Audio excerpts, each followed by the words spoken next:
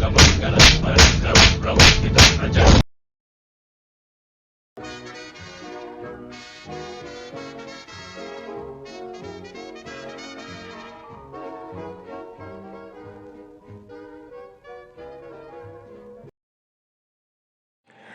And welcome to 3V sports, মানে bat ball আর বাঙালি।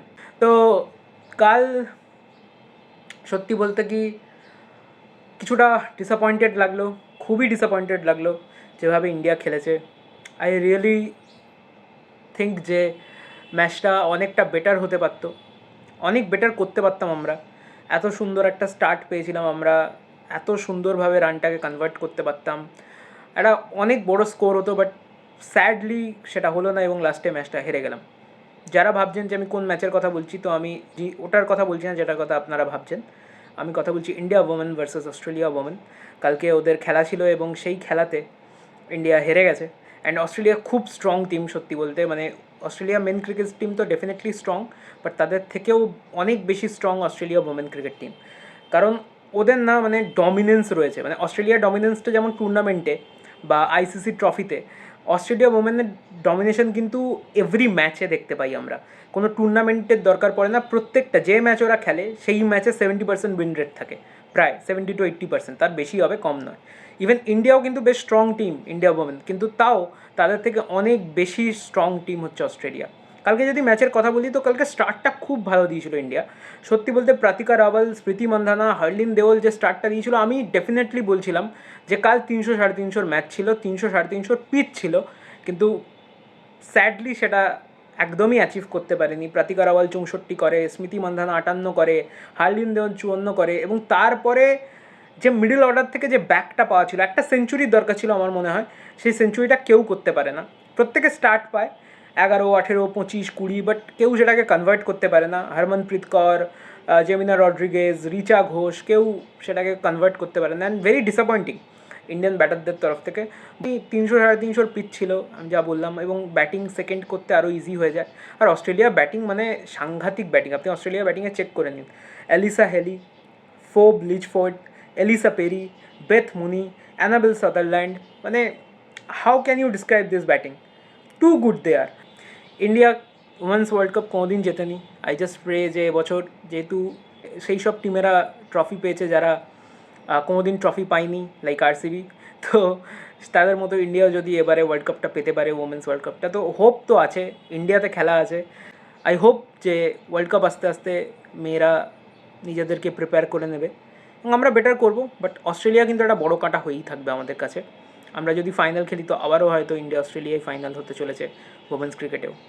তো যেরকম ইন্ডিয়ান মেন্স ক্রিকেটে, ওডিআই ক্রিকেটে ইন্ডিয়া অস্ট্রেলিয়া ফাইনালে ছিল, এবারেও তাই হবে এরকম মনে হচ্ছে। ওই ম্যাচের কথা বলি যে ম্যাচের কথা শোনার জন্য আপনারা ভিডিওতে এসছেন বা ভিডিওতে কথা বলতে চাইছেন। তো সত্যি বলছি এই ম্যাচের কোনো দরকার ছিল না, পলিটিক্যালি ক্রিকেটীয় দিক দিয়ে কোনো দরকার ছিল না। আমি আগের ভিডিওতে বলেছিলাম, সেটাই ঠিক হলো। ওয়ান সাইডেড ম্যাচ হলো, ক্রিকেটীয় দিক দিয়ে কোনো কোনো পয়েন্টই ছিল না এই ম্যাচটা করানোর।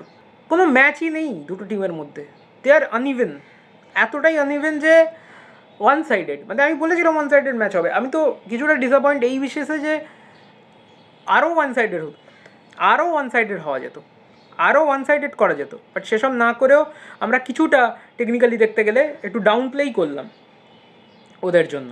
পাকিস্তান আগে থেকে ভয়ে চলে গেছিলো লিটারালি, মানে ইন্ডিয়ান টিমের যে ভয় আছে না, সেটা ওদের কাছে খুব স্পষ্ট ছিল। মানে দে ডোন্ট ইভেন নো কাদের ফেস করবে। বুমরার পর কুলদীপ, কুলদীপের পর বরুণের পর অক্ষর প্যাটেল ছাড়া অভিষেক শর্মাও বল করছে, তো কাদের ফেস করবে? And then at last Hardik Pandya, সেও উইকেট নিয়ে চলে গেল সাইম আইয়ুবের। যে সাইম আইয়ুবকে নিয়ে ওরা এত হাইপ করছিল, সে সাইম আইয়ুবই আউট হয়ে চলে গেল প্রথমেই। কার হাতে? না হার্দিক পান্ডিয়ার হাতে। তো বুমরার আসার দরকার আগে হার্দিক পান্ডিয়া উইকেট নিয়ে নিচ্ছে, তো কি সাইম আইয়ুব ছড়া ছক্কা মারবে কী সব বলেছিল। মানে ওদের কথা তো এমনিও আমি রাখি না বা আমি এমনিও মানি না। তো যাই হোক, মানে এদের নিয়ে ডিসকাস করা, এইসব ম্যাচ নিয়ে ডিসকাস করার কোনো মানে নেই। এ লোক জিন্দগি সে হারে হুয়ে লোক হ্যাঁ, মানে এরকম একটা ব্যাপার আর কি। বাকি বলতে পারি ব্যাটিংয়ের দিক থেকে শাহিন আফ্রিদি খুব ভালো ব্যাট করেছে, he is a bowler, but Shaheen Afridi চেষ্টা করেছে 16 বলে 33 রান করে।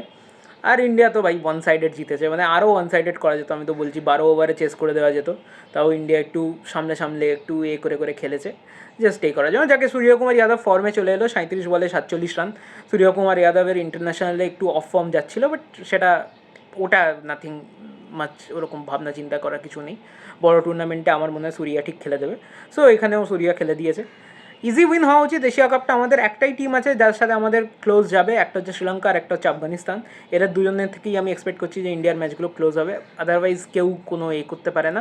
আর ওই আমাদের একটা ট্রেন্ড আছে না যে আমরা 2-3 ওভারের খারাপ ক্রিকেট মাঝে মাঝে খেলে দিই, 4-5 ওভারের, ওই রকম খারাপ ক্রিকেট যদি আবার আমরা খেলি, আই গেস এই জেনারেশন ওই ক্রিকেট খেলে না, খেলবেও না। আমি ছোটো করছি না কাউকে, বাট আমার মনে হয় যে এই জেনারেশন এতটাই ফিয়ারলেস যে এরা ওই রকমভাবে 5 ওভার খারাপ ক্রিকেট খেলে একটা টুর্নামেন্ট নষ্ট করবে না। এই জেনারেশনের সাথে এই প্রবলেমটা যাতে না হয়, আই হোপ।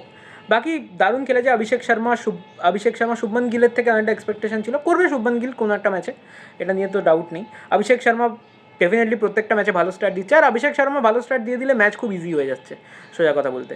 অভিষেক শর্মা যেদিন তাড়াতাড়ি আউট হবে সেদিন আমি দেখবো বাকিরা কে কী করে।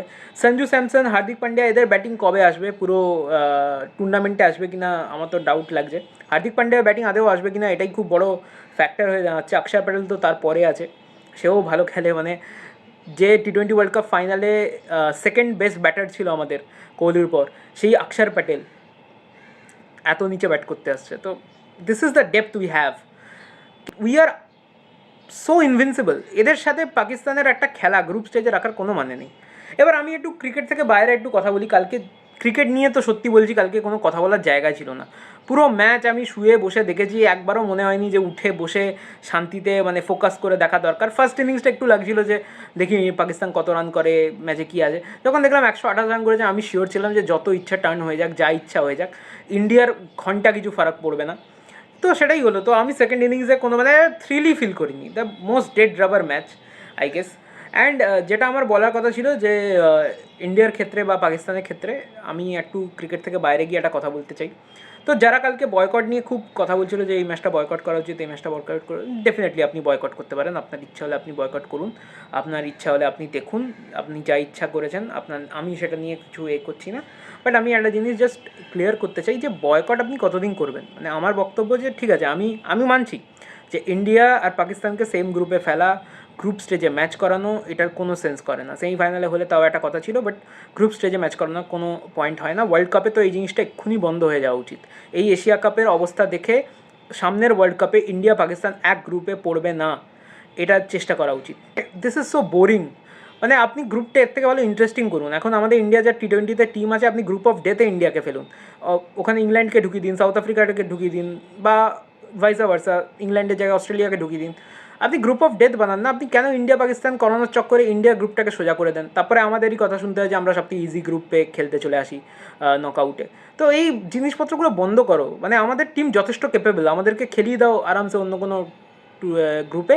আমরা হয়তো ফার্স্ট আসবো না, বাট ঠিক আছে, আমরা কোয়ালিফাই করে যাব, এটাই আমার বক্তব্য। বাকি আপনি বয়কট করার যে কথাটা বলছেন, সেই বয়কটটার আমি কোনো সেন্স করতে পারি না, কারণ আপনাকে খেলতেই হবে।